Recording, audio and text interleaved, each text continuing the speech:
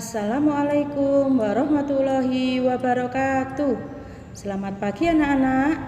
Mari kita belajar tema 7, perkembangan teknologi, subtema 1, pembelajaran 3 dan 4. Perkembangan teknologi pangan. Hari ini rumah Lani dikunjungi oleh Bibi, Udin, Edo. Beni, Dayu dan Siti juga berkunjung ke rumah Lani. Mereka berkumpul di ruang makan. Bibi Lani bekerja di pabrik pengolahan makanan. Bibi menceritakan macam-macam cara mengolah bahan makanan. Bibi menunjukkan teks bacaan tentang teknologi pangan. Udin, Edo, Beni, Dayu, Siti dan Lani membaca bersama-sama. Bacalah teks berikut. Hasil teknologi pangan. Manusia butuh makanan terus-menerus. Bahan makanan yang diperlukan berasal dari hasil panen. Panen terjadi pada waktu tertentu saja. Oleh karena itu, dicarilah cara agar makanan dapat bertahan lebih lama. Agar makanan selalu tersedia, manusia mulai menggunakan teknologi pangan. Teknologi pangan merupakan suatu cara untuk mengolah bahan makanan. Kacang kedelai dapat diolah menjadi tahu, tempe, dan susu kedelai. Mangga dan stroberi diolah menjadi manisan dan selai. Daging dapat diolah menjadi bakso, sosis, dan kornet. Teknologi pangan penting untuk menghasilkan jenis makanan baru. Selanjutnya, makanan olahan tersebut disimpan dalam kaleng atau dalam plastik kedap udara. Kedap udara maksudnya adalah tidak dapat dimasuki oleh udara. Proses penyimpanannya dapat membuat makanan lebih awet. Kelompokkan jenis makanan hasil panen dan makanan hasil teknologi pangan. Tuliskan hasilnya pada tabel berikut. Hasil panen nomor 1, kacang kedelai.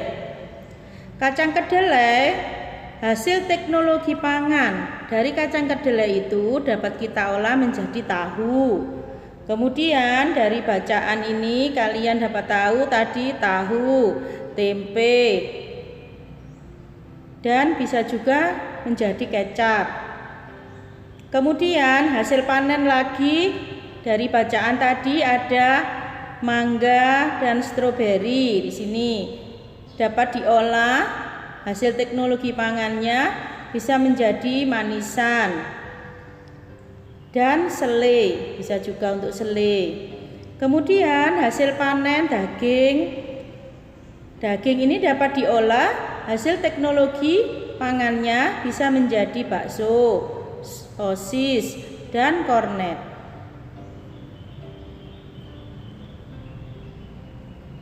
Mari kita bernyanyi dengan judul lagu Tukang Sayur karya Ateh Mahmud.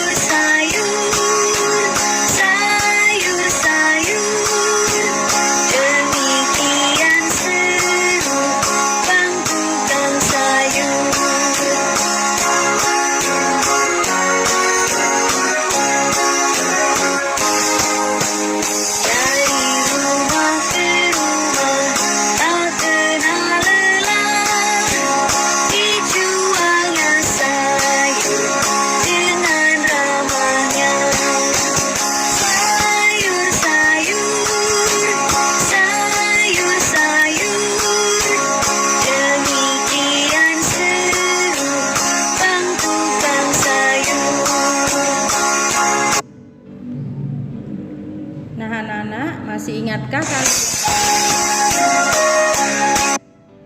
Ada pola irama.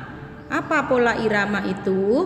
Pola irama adalah susunan sekelompok bunyi yang muncul berulang-ulang secara teratur dalam sebuah lagu, seperti pada lagu Tukang Sayur tadi.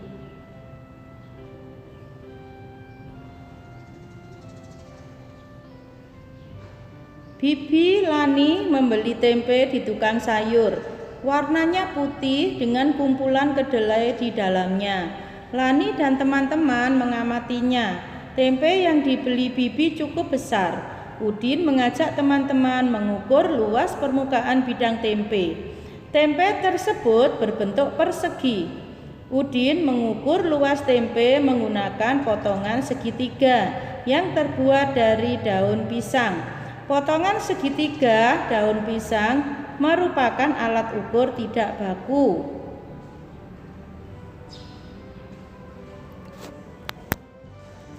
Tempe yang berbentuk persegi dapat dipotong menjadi bentuk segitiga. Seperti ini ya. Persegi dan segitiga dapat dijadikan alat ukur luas permukaan suatu bidang. Nah, kalau bentuknya persegi seperti ini adalah satuan luas. Ini bisa dikatakan satu bagian. Sedangkan kalau bentuknya segitiga adalah ini juga satuan luas, tapi anak-anak bisa menamakannya setengah nanti kalau menghitung. Sehingga 2 segitiga ini nanti kalian bisa menghitungnya menjadi satu satuan luas. Hitunglah luas permukaan bidang berikut. Mari kita coba untuk menghitung soal yang pertama. 1, 2, 3, 4. Kemudian ini segitiga dan segitiga digabung menjadi 5. Sehingga di sini anak-anak bisa menulis 5 satuan persegi. Sedangkan soal yang kedua kita hitung bersama-sama. 1, 2, 3, 4, 5. Ini juga 5 satuan persegi. Seperti itu nanti anak-anak kalau mengerjakan ya. Jadi yang segitiga dengan segitiga seperti ini nanti digabung sehingga menjadi satu bagian. Pembelajaran 4. Semua siswa kelas 3 diminta memakai pakaian daerah. Udin memakai baju dari daerah Sunda. Edo memakai baju dari Papua. Dayu memakai pakaian adat Bali. Demikian pula dengan Beni, Siti, Lani, dan yang lainnya. Mereka juga membawa makanan khas daerah. Udin membawa combro dari Sunda. Edo membawa kue sagu dari Papua. Dayu menyiapkan sate lilit dari Bali. Beni membawa panada dari Manado. Siti membawa keripik singkong dari Padang. Tak ketinggalan, Lani membawa kue keranjang yang merupakan makanan khas Tionghoa. Perbedaan bukanlah hal yang harus diperdebatkan. Walau setiap siswa berasal dari daerah yang berbeda, namun satu sama lain tetap saling menghargai. Tidak ada yang merasa lebih baik ataupun lebih hebat. Dapatkah kamu menyebutkan asal daerah pakaian di bawah ini? Nah, mari kita coba, kita cari. Yang nomor 1 sepertinya dari Sulawesi Utara. Yang nomor 2 dari Minangkabau. Yang nomor 3 dari Aceh. Indonesia terbagi menjadi beberapa daerah. Setiap daerah memiliki pakaian adat yang beragam atau berbeda-beda. Walaupun berbeda-beda, namun Indonesia tetap bersatu. Pada perayaan kemerdekaan RI ke-72 yang bertempat di Istana Merdeka, Presiden RI Joko Widodo beserta para tamu undangan mengenakan pakaian adat dari berbagai daerah di Indonesia. Walau memakai pakaian yang berbeda, setiap orang saling menghargai perbedaan tersebut. Dengan memahami perbedaan, kita telah menjaga persatuan dan keutuhan bangsa Indonesia.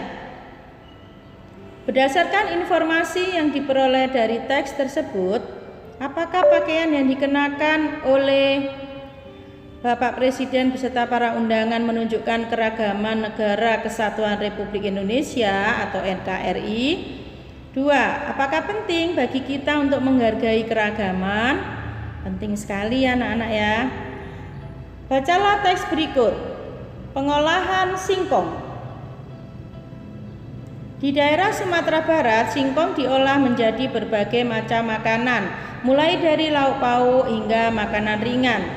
Gulai singkong, kue talam singkong, dan kacimui merupakan makanan yang biasa dibuat untuk konsumsi sehari-hari. Singkong goreng juga sering dibuat di rumah. Daya tahannya paling lama adalah 2 hari. Teknologi pangan memiliki peran penting dalam mengolah singkong. Teknologi pangan memberikan nilai lebih bagi bahan makanan hasil panen melalui berbagai cara. Tekniknya adalah melalui pengawetan, pengemasan, dan penyimpanan. Dengan demikian, singkong dapat dinikmati dalam jangka waktu lebih lama.